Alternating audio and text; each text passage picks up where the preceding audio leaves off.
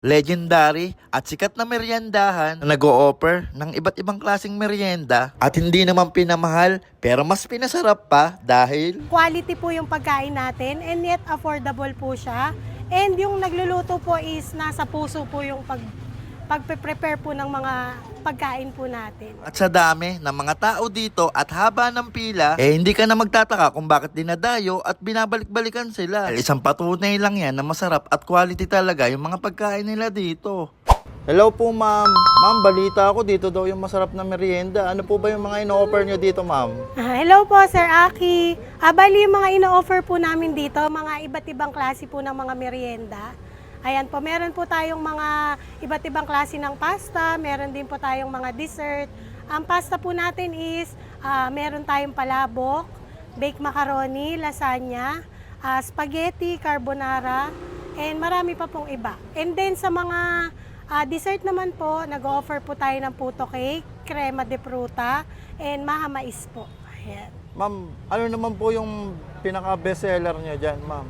Bali yung mga bestseller po natin dito is yung palabok, baked macaroni, lasagna, and carbonara po. And then sa mga dessert naman po, pinaka marami po namin napapaubos is yung crema, and then sumunod po yung mahamais po. Ma'am, magkano naman po nag-range bawat order po yung mga ano nyo? Bali yung mga price po natin sa mga pasta po, lahat po siya is 40 pesos per styro. And then yung mga dessert po natin katulad po ng crema is 25 pesos per slice. Ang maha is 20 pesos. And then yung puto cake po natin na pinakabago po ngayon na tinitinda po natin is 30 pesos per slice po. Ma'am, gano'ng katagal na po itong business nyo ma'am? Bali yung business po namin nagra-run po since 2004. Pero nag-stop po siya nung nag-pandemic. And then, bali nag-decide lang po kami siyang ibalik nung nag-GCQ na po. Para po dun sa mga customer po namin na hinahanap po yung produkto po namin. Ma'am, ano pong pangalan nila ma'am? Ako po si Maricel Budcheng Zamora, ang isa po sa owner ng Budcheng Merienda po. Ma'am, ano po ang sikreto nyo? Bakit talaga naman dinadagsa kayo ng mga customer nyo at binabalik-balikan kayo? Siguro po kaya po ganun dahil po makikita po nila siguro na quality po yung pagkain natin and yet affordable po siya. And yung nagluluto po is nasa puso po yung pagpe-prepare po ng mga pagkain po natin. Ayun. Ano po yung mismong address na ito ma'am sa mga gustong makatikim ng iyong mga masasarap na merienda? Bali ang address po natin is nandito lang po tayo sa 241 Manrique Street, Sampaloc, Manila. Malapit lang po tayo sa Kambal na Simbahan and halos harap lang po kami ng St. Anthony Church po. Anong oras kayo nag-open ma'am?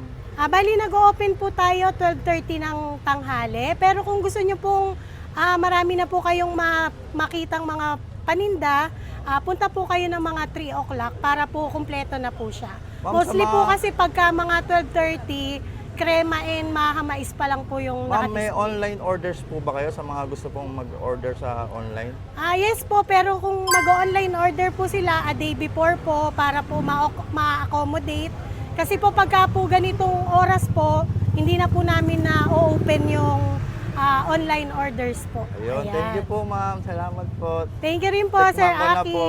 So guys, unahin na natin tikman. Ayan. 40 pesos yung ganito. Tingnan nyo, ang dami ng serving nila oh. Tapos may toppings pa na chicharong bulaklak guys oh.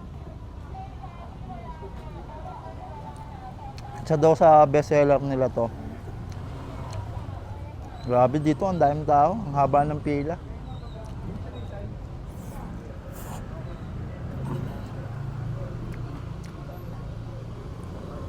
Solid.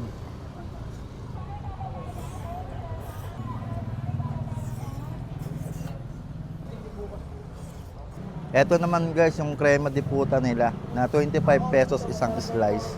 Isa sa best seller nila to. Ito tikman natin. Yan oh. Sarap. Yung loob niya guys, yung toppings niya mga prutas. Para siyang cake eh. Parang ganon. Basta ang sarap niya. Sakto lang yung tamis niya.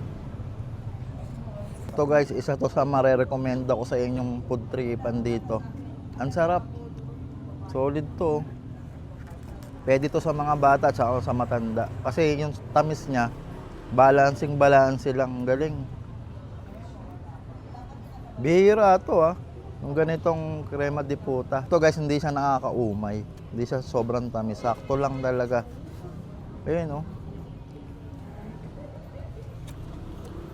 Eto guys, try natin tong kakanin nila. Isa sa paborito ko tong kakanin. Ayun